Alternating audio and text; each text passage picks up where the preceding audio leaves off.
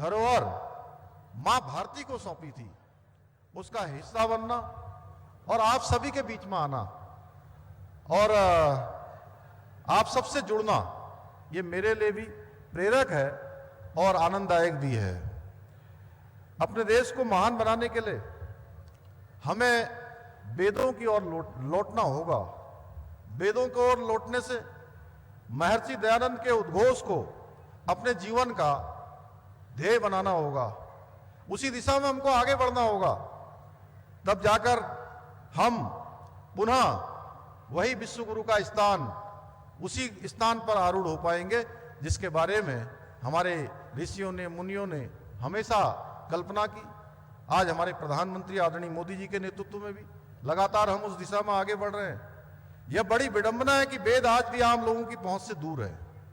ये प्रश्न केवल मेरा नहीं है, मैं आज यहाँ आया हूँ और ऐसा ये माँ सरस्वती का प्रांगण है जहाँ इतने वेदाचार्य हैं, आचार्य हैं, हमारे धर्माचार्य हैं, हमारे पूज्य संतगण यहाँ बैठे हुए हैं।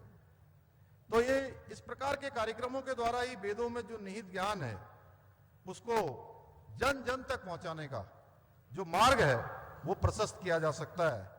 हम सनातन को मानने वाले लोग हैं, वसुधैव कुटुंबकम का दर्शन है और इसी आधार पर एक पृथ्वी, एक परिवार, एक भविष्य के विचार के साथ G20 में दुनिया का नेतृत्व किया है।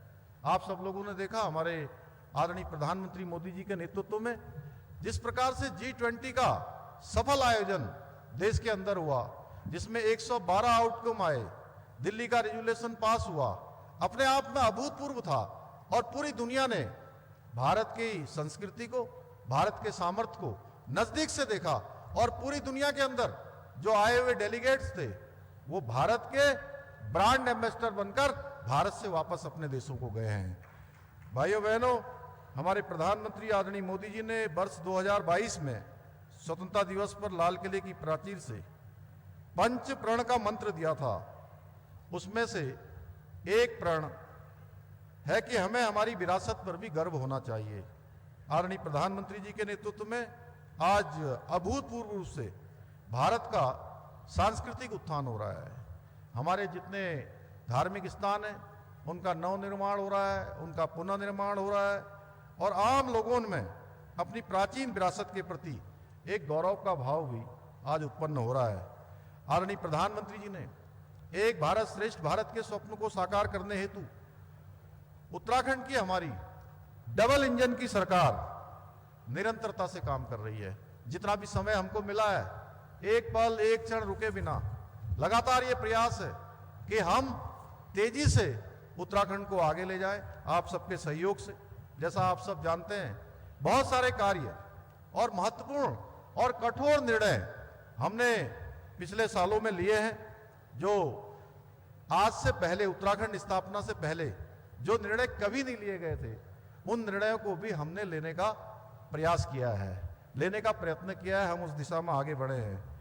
मुझे जब भी आप जैसे महानुभावों के बीच आने का अवसर मिलता है तो मैं हमेशा श्रेष्ठ उत्तराखंड निर्माण के लिए अपने विकल्प रहित संकल्प को दोहराता हूं और आप सबसे भी अनुरोध करता हूं कि निश्चित रूप से आप लोग इस हमारे विकल्प रहित संकल्प के लिए अपनी जो सहभागिता है, अपना आशीर्वाद है, अपना मार्गदर्शन है, अपना समर्थन है, निश्चित रूप से हमको देंगे।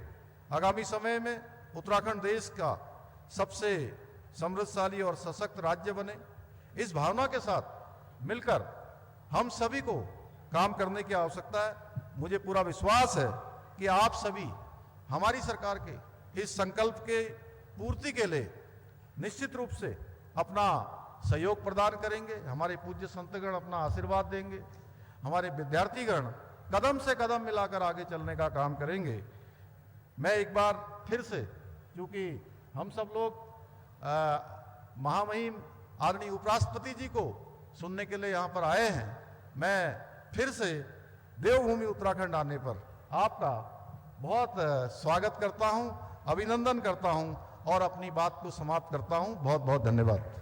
धन्यवाद सर।